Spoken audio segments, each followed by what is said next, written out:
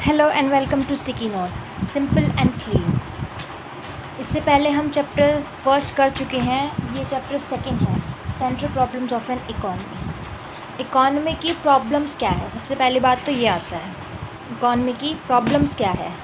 सबसे पहली प्रॉब्लम है स्कार्सिटी।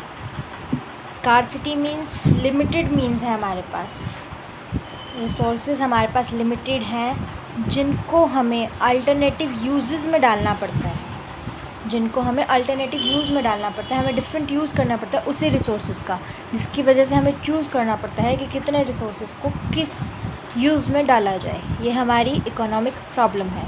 इसके कॉजेज़ क्या हैं? हमारे अनलिमिटेड वांट्स, हमारी ज़रूरतें ज़्यादा हैं, लिमिटेड मीन्स हैं, हमारे पास रिसोर्सेज लिमिटेड हैं, स्केर्स हैं, जिसकी वजह से हमें उन्हें अल्टरनेटिव यूज़ में डालना पड़ता है।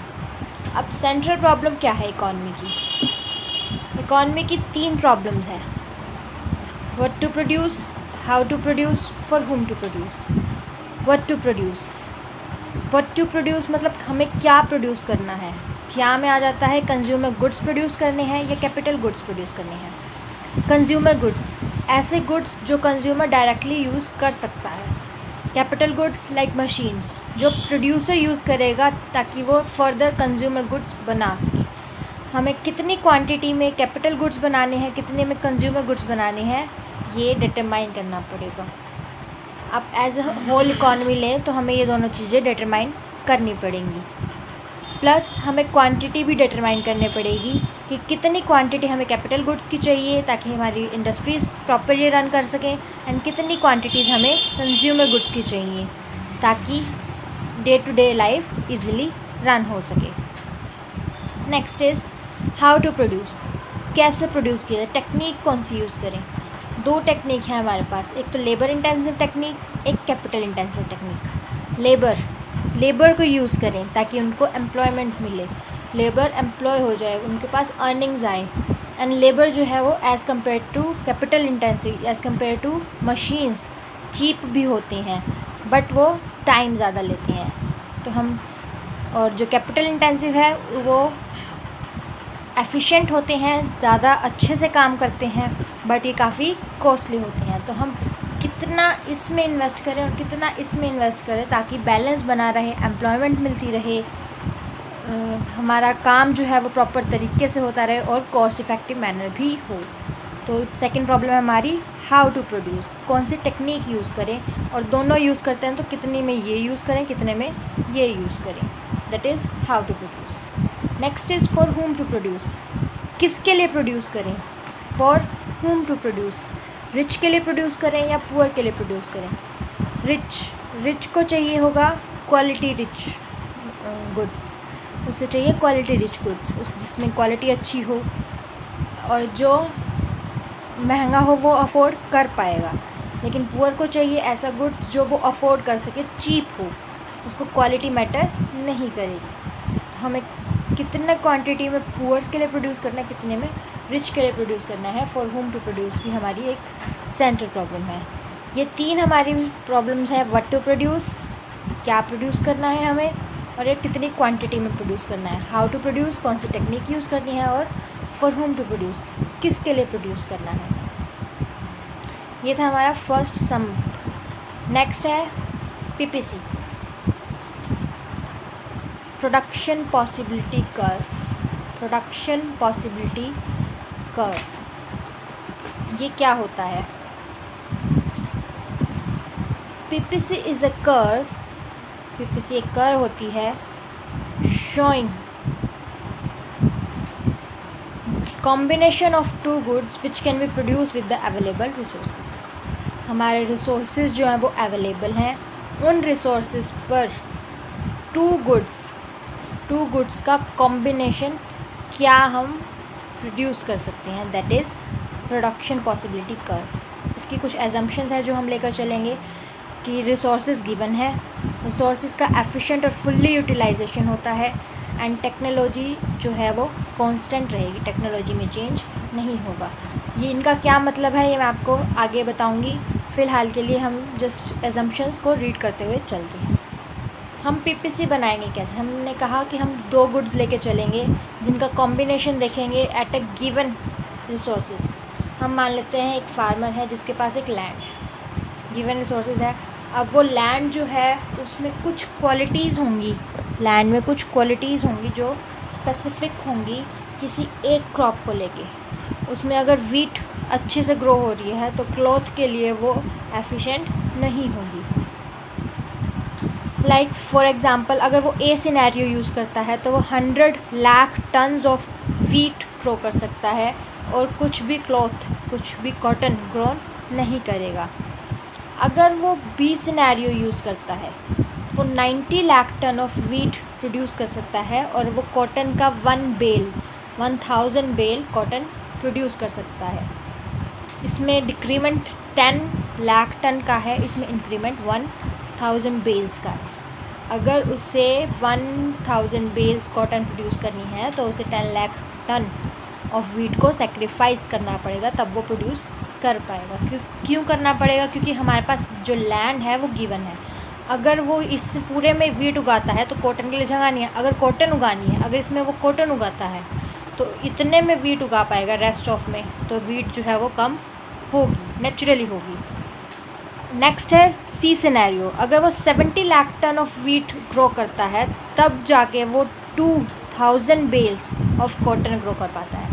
अब उसने कॉटन की एफिशिएंसी बढ़ाई, कॉटन की प्रोडक्शन बढ़ाई, लेकिन एफिशिएंसी जो सॉइल की है वो इंक्रीज़ नहीं हो पाएगी इतनी, क्योंकि हमारे रिसोर्सेज जो है वो गिवन है और उनको हमने ऑलरेडी एफिशिएंटली यूटिलाइज़ किया हुआ है। तो हमें 1 यूनिट ऑफ प्रोडक्शन बढ़ाने के लिए मोर यूनिट ऑफ एक्स गुड्स हमें सेक्रीफाइस करना पड़ेगा।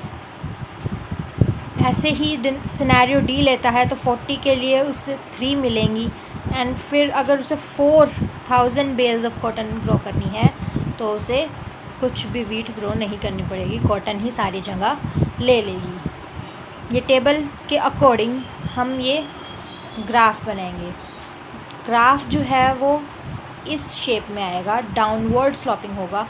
क्यों डाउनवर्ड होगा? क्योंकि हमें 1 यूनिट ऑफ गुड्स वाई को इंक्रीज़ करने के लिए गुड्स एक्स को डिक्रीज़ करना पड़ेगा, क्योंकि हमारे रिसोर्सेज गिवन हैं और हम उन्हें एफिशिएंटली यूटिलाइज़ कर चुके हैं। इसलिए इसकी प्रॉपर्टीज़ क्या क्या होंगी? जो कर्व है वो हमारी डाउनवर्ड स्लोपिंग होगी। एंड द नेक्स्ट इज़ जो पीपीसी कर्व है वो कनकेव होगी to the point of origin पर ये कनकेव है, केव बना रही है, ये कनकेव शेप है to the points of origin.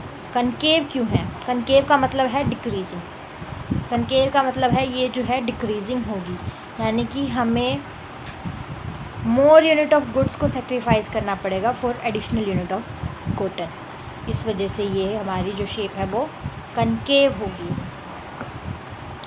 इसमें जो points A B C D E है ये सारे जो है वो मैक्सिमम हम यूटिलाइज़ कर सकते हैं। ये जो पीपीसी के ऊपर कोई भी पॉइंट होगा, इनके अलावा जो भी पॉइंट पीपीसी के ऊपर होगा वो मैक्सिमम यूटिलाइजेशन ऑफ रिसोर्सेज होगा। अगर उसके अंडर है, यहाँ पर कोई पॉइंट है तो वो अंडर यूटिलाइजेशन रिसोर्सेज है, उसको हम यूटिलाइज़ कम कर रहे हैं रिसोर्सेज को। अगर ये कोई बाहर है, पीपीसी के आउटर में है कोई पॉइंट लाइक एफ, तो ये अनअटेनेबल कॉम्बिनेशन है, ये वाला कॉम्बिनेशन अटेन नहीं कर सकते, क्योंकि रिसोर्सेज हमारे इतने ही हैं और इनको हम ऑलरेडी एफिशिएंटली यूटिलाइज़ कर चुके हैं। ये हमारी मैक्सिमम कैपेसिटी है जो हम यूटिलाइज़ कर सकते हैं, इसलिए ये वाला अटेनेबल नहीं होगा। अब बात आती है कि शिफ्ट एंड रोटेशन। अगर हम रिसोर्सेज को बढ़ा देते हैं, अगर हमारी पीस ऑफ लैंड इतनी थी जो हमारी इंक्रीज़ हो जाए, इतनी हो जाए, बढ़ जाए हमारी, तो हमारे रिसोर्सेज बढ़ जाएंगे, तो हम वीट भी ज़्यादा ग्रो कर पाएंगे एंड कॉटन भी। तो हमारी पीपीसी जो है वो शिफ्ट हो जाएगी टुवर्ड्स राइट, हमारी पीपीसी दोनों साइड से शिफ्ट हो जाएगी टुवर्ड्स राइट। अगर हम पीस ऑफ लैंड कम कर दें, हम रिसोर्सेज को कम कर दें, उसने मान लो बेच दी, ये लैंड थी हमारे पास, अब ये लैंड हो गई, तो ये वाला एरिया तो उसने बेच दिया, कम हो गई रिसोर्सेज, तो हमारी रिसोर्सेज कम हो गई, तो हमारी पीपीसी भी शिफ्ट हो जाएगी टुवर्ड्स लेफ़्ट, रिसोर्सेज हमारे कम हो जाएंगे, पीपीसी हमारे टुवर्ड्स लेफ़्ट शिफ्ट हो जाएगी, यहाँ हो जाएगी। अब ये वाले पॉइंट्स भी अनअटेनेबल हो जाएंगे, और अगर रिसोर्सेज बढ़ जाते हैं तो एफ़ पॉइंट अटेनेबल हो जाएगा। ये था हमारा शिफ्टिंग। शिफ्टिंग होगी हमारी किस वजह से? रिसोर्सेज के इंक्रीज़ और डिक्रीज़ होने की वजह से। नेक्स्ट है टेक्नोलॉजी।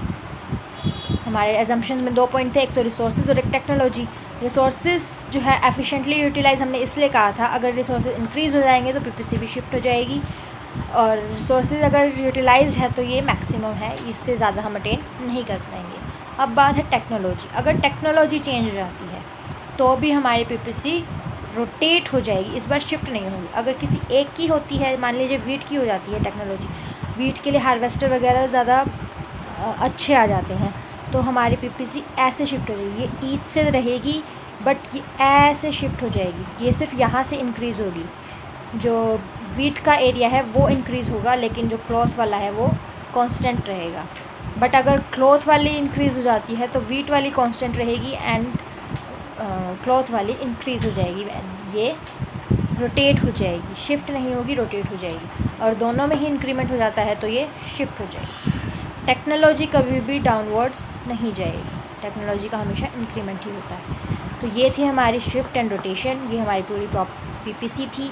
इसकी ये प्रॉपर्टीज़ हैं, ये टेबल ज़रूरी है, आपको समझ आनी चाहिए, आपको लर्न भी होनी चाहिए ताकि आप इजीली बना पाओ। ये इसकी एजम्पशंस है एंड ये इसकी डेफिनेशन है। That's all for the chapter 2। Let's ahead to chapter 3।